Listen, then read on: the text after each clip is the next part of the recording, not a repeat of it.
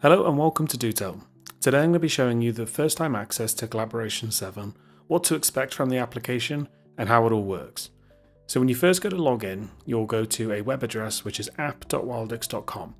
Don't worry because there is a desktop application if you prefer to use that, or you can also pin the application to your taskbar as sort of a web app if you don't want to have to keep going through the browser into the web address. For your first time login, you'll either use sign in with Google, Microsoft, or you can just sign in with your work email. As long as the email matches what the administrators put into the PBX, any of the above works fine. So if I go sign in with email, and I'm going to show you a different account that I've already got signed in. If you log in with your email and don't use Google or Microsoft to sign in, you'll get an email with a verification code like this. All you need to do is enter that verification code on the next page. The system won't use a password as such. It will just use your email address to verify and log you in.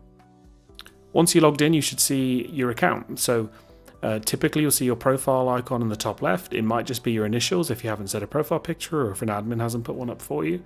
But you'll see this blue bar on the left side is sort of like a navigation. So it goes through all the call menus with Collaboration 7. So we've got our inbox here with chats, calls, everything else we want to do. We've got a call history. We have a favorites. So favorites being a bit more of your function keys.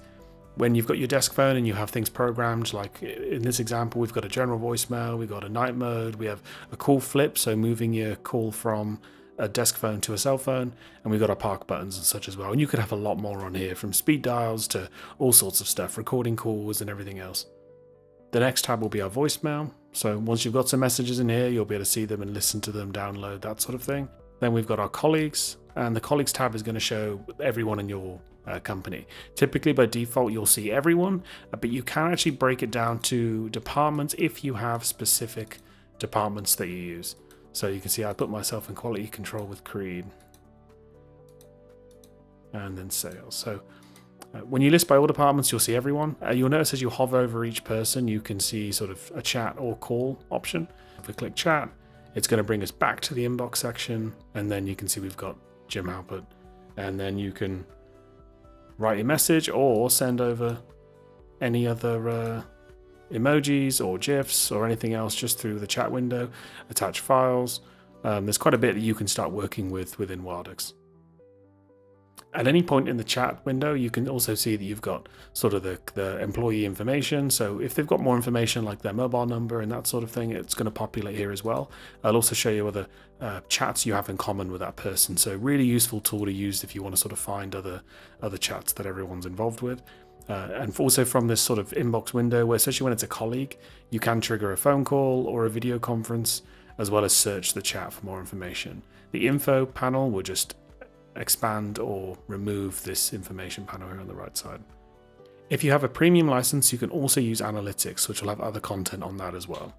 So back to the inbox, you can actually filter through all the different chats you've got. So there's a mixture of external and internal calls that are throughout this. So you can do a one-to-one, filter by the group, like so it's company groups. You can also filter by external. So this will be chats that have external members within the chat. And sort of what that means is you can invite people from outside of the company to engage with specific chats that you have within your PBX. So sort of within your ecosystem, you can invite other people to be involved. It won't allow them to make phone calls and such like through your telephone number, but it does allow them to keep an ongoing sort of touch base with you and a live chat that can be used anytime throughout, that they can jump back and forth to for calls and video conferences, as well as chats and file sharing. Which just allows for a much better customer relationship. And then you can see the calls as well. So when you create a chat, you can have any number of colleagues in here. So you can see the difference. I've got colleagues, and if I add another person, so if I use my other email address, you see it comes up slightly differently versus what a colleague would be. So if I search up Creed, so you can just type by name. Comes up a bit different for the colleague. It shows the department, what they're involved with, versus just the email. You get the option to either hide history or show history for when you're adding people to the group. And now suddenly you can see you've got external users, so it's showing Harry. So I've got another account with a profile picture, so it auto-populates that. But now it's showing that this is an external users and colleagues sort of mixed chat. And again, now you can see the various sort of chats that now we've got in common, because I'll see myself in various other chats here throughout. So to create a new chat, you can hit the plus and then do create conversation. Here you can create anything you'd like, test conversation, create a description if you would like, and you can set whether the conversation is read-only, available by link, and whether to auto-record and transcribe video conferences in this. So if it's available by link, you can take just the group chat link and just send it to somebody for them to join as well. So someone external outside the organization. So if we add Prison Mike, and maybe we'll add Angela as an example, and you do invite and create. So now we've got another conversation. So we've got a test conversation come up now as well. If you want to schedule a meeting within this chat, you can click schedule here. So it's going to ask you if you want to schedule via Google or Microsoft. And depending on which one you click, it's going to open up that window. If you're already logged in through your email account, then it's going to just auto open up the new email invite. And it will auto-populate the meeting credentials. So the link, any phone numbers to dial in, and all that other information it will keep as well. Because this is a chat you can invite people to, you can copy the link here. So if you copy that, you can send it to others and they'll be able to join via their email as well. You can send an email invitation to everyone that's within the group. And you can also mute the conversation if you'd like to as well. So if you've got a certain group that you want to mute notifications for, you can do that there, as well as some other information and archiving, editing conversations, or if you want to edit the messages you've sent. A handy one is pin. So if you want to pin the conversation, just keep it at the top so even new messages and calls won't keep pushing this one down if it's one you use all the time. To modify your personal preferences, just click your profile picture in the top left. It brings up another little settings panel, and you can click through here and then you'll see it offers the option to change your profile picture, and it has some of your information as well. If you have things like your mobile number and other things included on the system, then that will show here as well.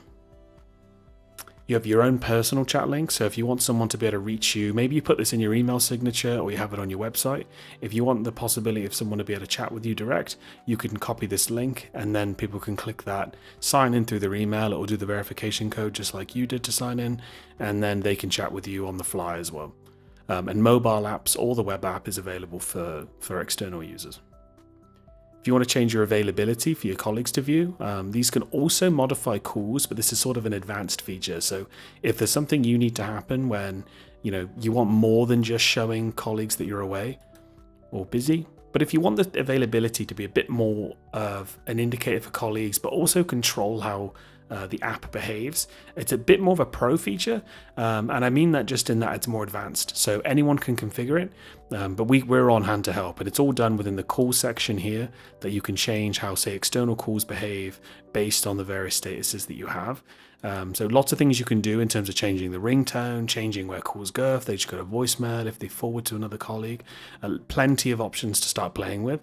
But on the surface, then this is just a nice indicator for your colleagues to know if you're away. Maybe you use the away for vacation in your organization. It's completely up to you, or busy or something else. There's lots of things you can start doing here, and it's very customizable. But you can also set a custom status. So with a few other options in terms of a status message, which can be the most handy way of showing someone that's very specific of what you need them to know. Inbound services is like a sort of call group dynamic sort of log-in, log-out option. So imagine you've got a main phone line and it goes to your reception. If your reception goes off for lunch or someone's away or people are in meetings, you can dynamically sign in and out of the group. So your phone rings too anytime a call comes in. So you can select on off essentially with all of these, and you can choose whether you're unavailable automatically if your status is away or busy. So if I want to cover calls for our tech support team or customer support, you could have a list of call groups here that you can sign in and out of as you need to dynamically. So really nice little feature there if you offer after hours support and people change as to who's on shift and those sorts of things. Lots of power that can be had there with the dynamic sign in and out. So you've got an environment which is just a production or beta, so recommended to just leave it in production. Color themes, you can have light or dark. I prefer the light, but totally your preference, and there's an auto version as well, so it changes by time of day. Then you've got notification settings. So this is an important one if you don't want to receive emails from the app. You can disable all email notifications here. So for unread messages or AI transcriptions, you can do sound notifications as well as change message notifications as well. In calls here is where you can start changing some unique functionality and some more advanced features that we can review as well with you. And then you've got your audio and video settings. So an important piece here is that A, allow access to your camera and microphone if you're going to be using the app for calls, and B, you can actually change what is used for the speaker when you're on a call versus what's used for the speaker when the phone is just ringing. So you can see here for me it's set for a Yearlink headset, but let's say if I want my computer to ring out loud, I could choose my built-in laptop speakers for ringing, and then the actual like talking speakers are going to be the headset. So really nice if you need an audible tone, like to know that the call's ringing. You don't wear the headset 24/7, but you do want to maintain the call on headsets because it's more private. So really good option to look at. Another advanced feature is Kite, which is sort of a website integration that allows people to chat with you through your website that comes into this PBX, which again we'll review with people on an ad hoc basis, or when we've got some more content that we'll generate around how to use Kite and how to configure it. There's also a connect to PBX option, so if you ever have an issue with connecting or it says you're not connected to the PBX for making calls, just simply go into this. Your company name will already be filled there, and you can just hit connect and it should just connect you through your email address and verify that way. And then applications. Here you can download the Chrome extension if you want to click to call on various websites. You can download the integration service if you use a headset and you want a sort of a better experience for making calls over headset, then we recommend having the integration service. And there's also the desktop app, so you can do the EXE or the MSI file. There is no difference between the web application or the desktop app. It's purely just user preference. I like the web application because I can just sort of, if I have it installed as a bit of an app like I do here, I can just right click at the top and I do a refresh and I get the latest features that are available to the application, the latest updates, everything I need. So that's my preference, but it doesn't have to be yours. You can use it however way you like. The final thing we'll show is just when you make a phone call. If I call Prison Mike, and it's going to ring on my other application that I've got here, which I'll go accept. Okay, so now the call is connected, and you can see the current call that's in play. So it shows here on the top left. It shows for other colleagues, they're going to see this icon over your name. For both of these colleagues, they'll see the icon over the name if it's an internal call. And here you can start managing the call. So if you've got a keypad, if you need to enter DTMF tones, so press 1 for this, press 2 for that, do so here within the call panel. If you need to mute your microphone or change your microphone, you can do that here. So mute and unmute. If you need to put the call on hold, you can do so here, and then click it again to resume. Here you can transfer the call. So if I want to transfer the call, I can find a colleague. So if I need to transfer to Angela, for example, you can type in the name or type in the extension number, the 106. It's going to come up with a few different options. Shows the extension, shows I can transfer directly to voicemail. I can do an attended transfer. So when Angela picks up, I can say, hey, Angela, I have Mike on the phone. And then hang up and allow their calls to connect. Or I can just do a blind transfer, which just automatically just pushes the call straight to Angela. She sees it as Mike calling, not as me calling. So other things to take note of is you can see the quality of the call that you've got. So it shows you the sort of 3 out of 4 bars, so it's great, not quite perfect. Obviously the same info panel. And then you've also got, when it's an internal call, you can flip it into a video call or change it to a conference, record the call. There's quite a few options you've got here to start playing with. And of course, the chat, file sharing, everything stays live while you're on an internal call. Okay, and then just to hang up the call, just simply click end call.